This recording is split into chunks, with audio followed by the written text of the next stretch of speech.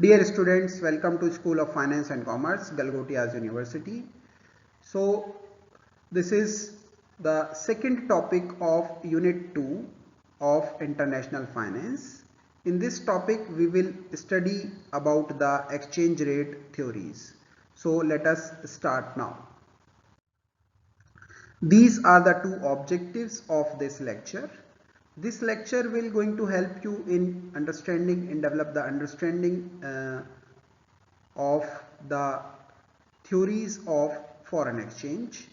You will also get to know about the various day-to-day examples pertaining to these theories of foreign exchange. Now, as far as the contents are concerned, first of all, we will discuss the exchange rate theories. Then we will move upon the theory of purchasing power parity.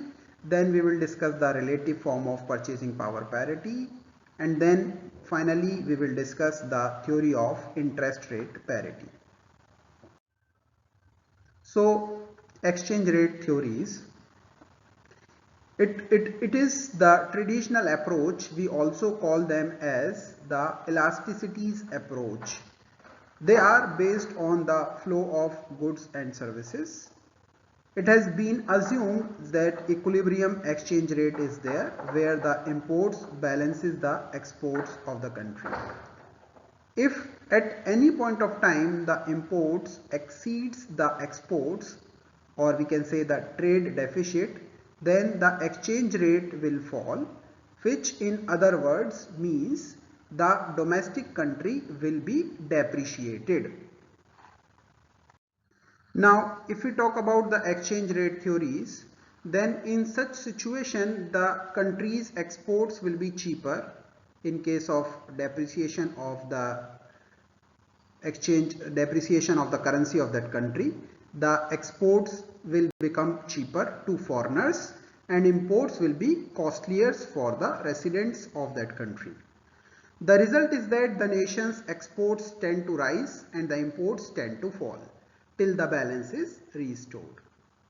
The speed of the adjustment will depend upon the degree of responsiveness of the trade towards changes in price. Assuming a case of full employment phase in the nation, it is advised that the domestic resources of the nation be shifted towards production of export-oriented goods and services.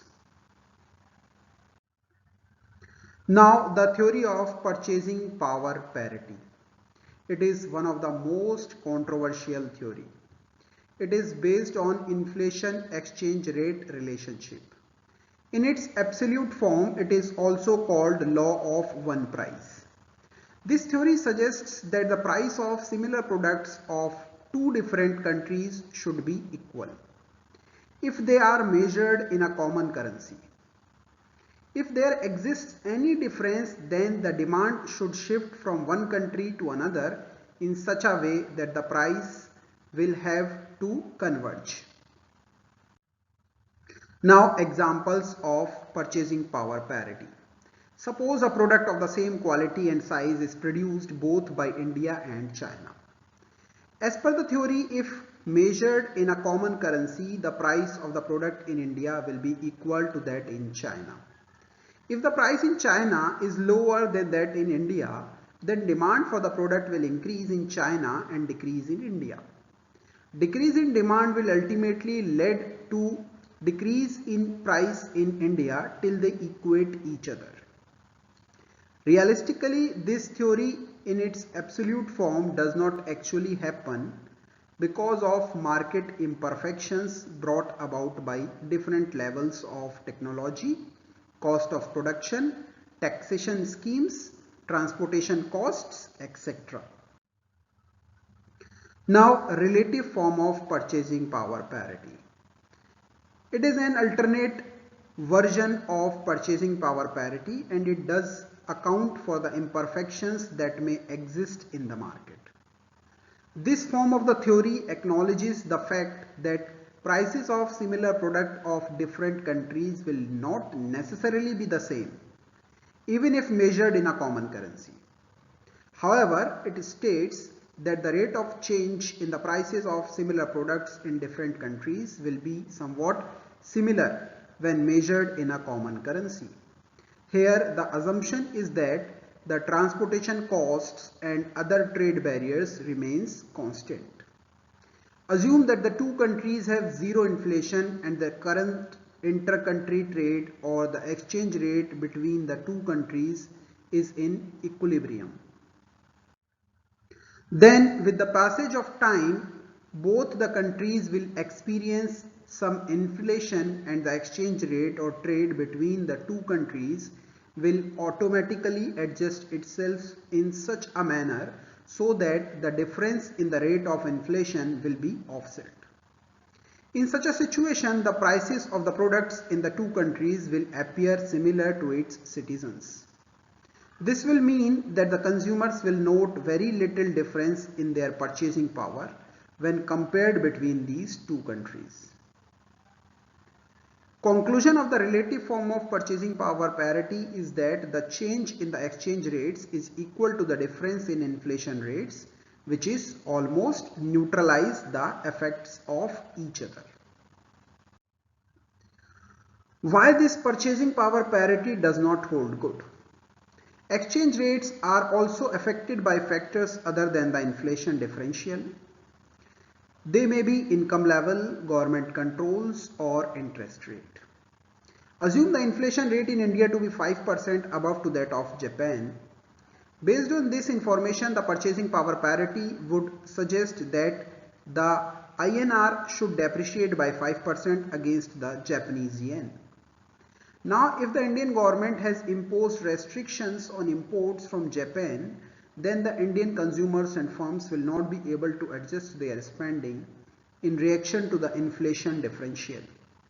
Therefore, the exchange rate will not adjust itself in reaction to difference in the inflation rates.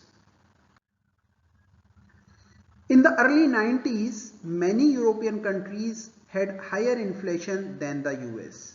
Yet, the currencies of these countries did not depreciate against the dollar.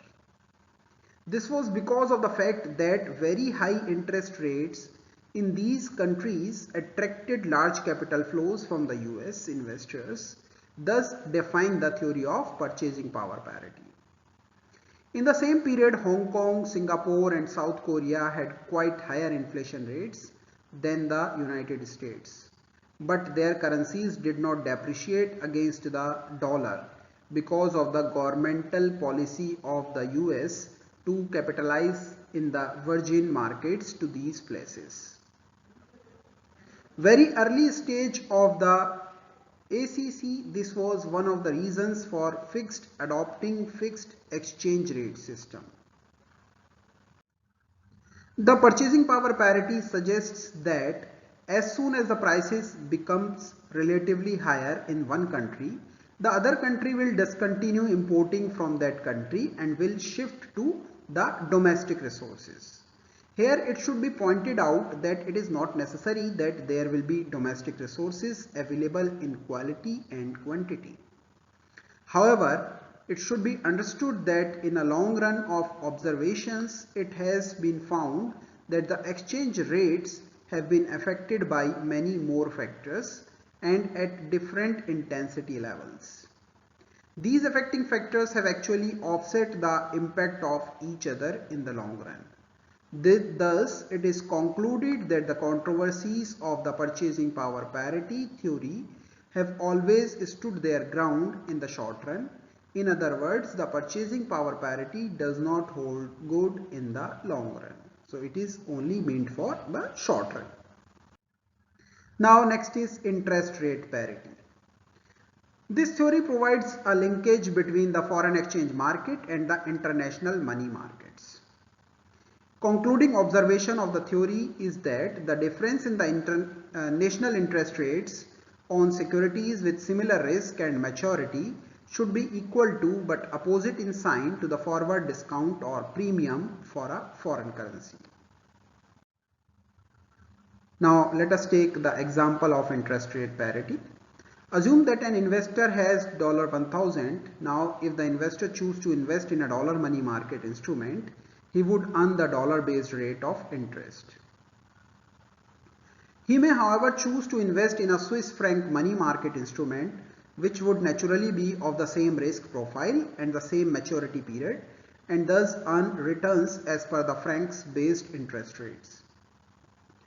To do this, he would be required to exchange the dollars to francs at the spot rate of exchange, then invest the francs in a franc money market instrument. Next, if he want to avoid any risk of change in the exchange rate, he would enter into a forward transaction to sell all those francs, period being the period of the investment. At the end of the forward transaction period, he would convert the resulting proceeds again back to the dollars. Now assume that the returns he would have got if he had directly invested in a dollar based money market instrument is $200, thereby making the amount to be $1,200. The final outcome of the investment he actually made in franc based money market, which is finally converted into dollars, is also $1,200. Let us assume this. In such a situation, it seems that the return in terms of dollars are equal between the two alternative money market investments. Here, the spot and forward rates are set to be at interest rate parity. The transaction is called as covered because the exchange rate for converting the francs back to dollars are logged by the forward transaction. Therefore, if the result of the two alternatives is equal, it will be found that the difference in the interest rates of the two separate money markets is actually offset by the difference in the spot and forward exchange rates. Now, these are the three self-assessment questions on the basis of our learning of this lecture. So, the students are supposed to answer these questions. Question number 1 is, discuss in detail the purchasing power parity theory. Question number 2 is, give a brief overview on the relevance form of purchasing power parity. Then question number 3 is, briefly discuss the theory of interest rate parity. Now, these are the references from which the material to prepare this lecture has been taken. Thank you so much for your patience listening. Now, if any of the point is not clear to any one of you, or you want to seek more knowledge or more clarity in any of the point, then in that case you are free to contact me at any point of time. Thank you once again.